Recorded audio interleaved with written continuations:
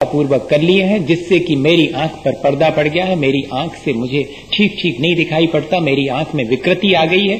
सो इस वाली आंख का तो डॉक्टर से इलाज हो सकता है, लेकिन वो जो हिये की आंख और भीतर की आंख है उसका इलाज भी हमें करना पड़ेगा। और उसके इलाज के लिए आचार्य भगवंतों ने सूत्र दे दिया कि कभी केवली भगवान के बारे में, कभी जिनवाणी के बारे में, कभी सज्जन पुरुषों और साधु जनों के बारे में, कभी धर्म के बारे में, और कभी सामान्य स्वर्ग के देवों के बारे में भी। और जो चीजें उनमें नहीं है उनकी कल्पना मत करना, उन दोषों को, उनमें जो निर्दोष हैं वो मत देखना। अगर ऐसी दृष्टि भी हमारे अंदर आ जावे तब हमारा जीवन बहुत ऊंचा उठ सकता है। कल और आपसे बात करूंगा इसी विषय पर, यह नहीं भी होगा तो किसी और विषय पर। मैंने आज तक आपसे अब नहीं कहा, आज भी नहीं कह रहा हूं। मैं सिर्फ इतना ही कहना चाहूंगा कि आने वाले दिनों में और आपकी शुभकामनाएं और आने वालों को आपका आशीर्वाद मिलना चाहिए।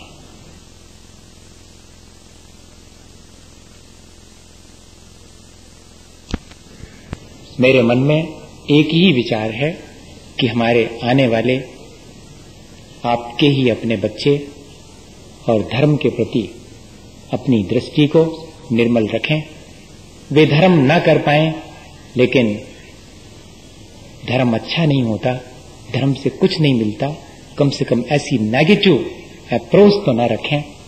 हम सबका ये पुरुषार्थ होना चाहिए कि उन्हें हम इस तरह अपने जीवन से संदेश दें कि उनके भीतर भी अपने धर्म और धर्मात्मा के प्रति गौरव बढ़े।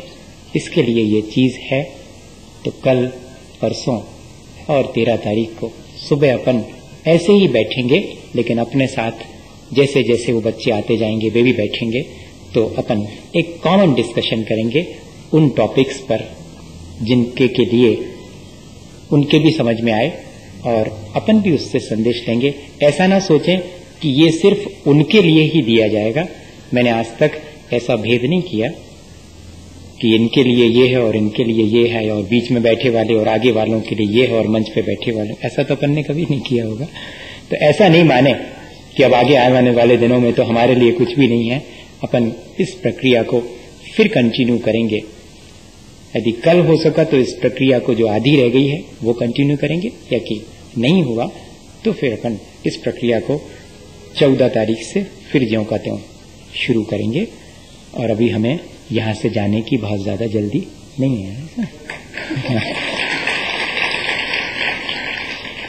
इसी भावना के साथ कि अपन प्रेम पूर्वक और सारी चीजें एक दूसरे से मिलजुल करके और अपने जीवन को अच्छा बनाने के लिए करेंगे।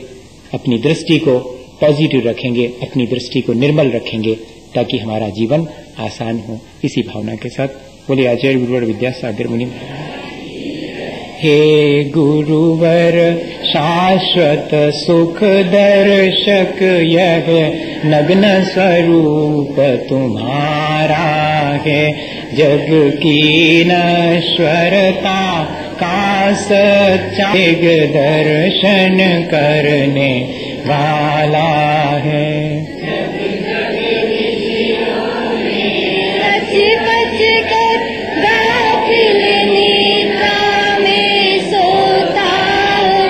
अथवा वह शिव के निष्कंटक पथ में विषकंटक गोता हो।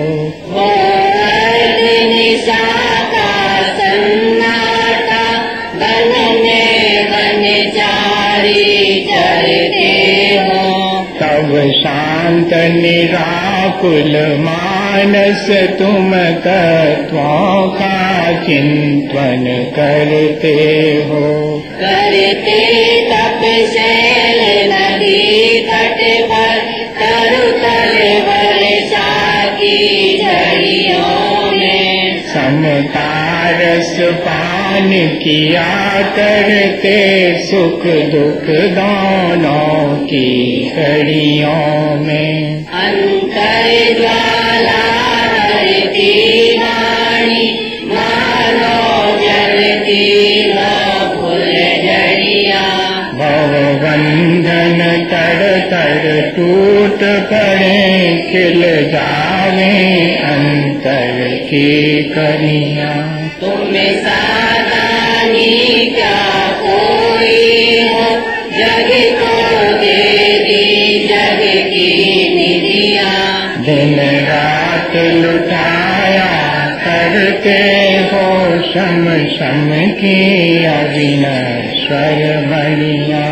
हे निर्मल देव तुम्हें प्रणाम, हे ज्ञान दीप आत्म प्रणाम। हे शांति त्याग के मूर्तिमान शिव पथ पंथी गुरुवर प्रणाम।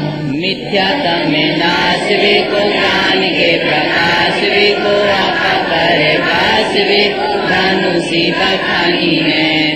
द्रव्य जानवे को गंध विध भानवे को सकर पिछानवे को परम प्रमाणी है। अनुभव बताए वे को जीवन के जताए वे को कहूँ न सताए वे को कबे ओरे आनी है।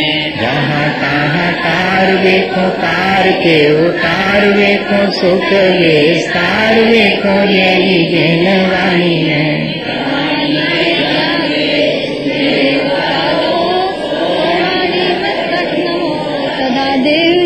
उदक चंदन तांदुल पोष गई,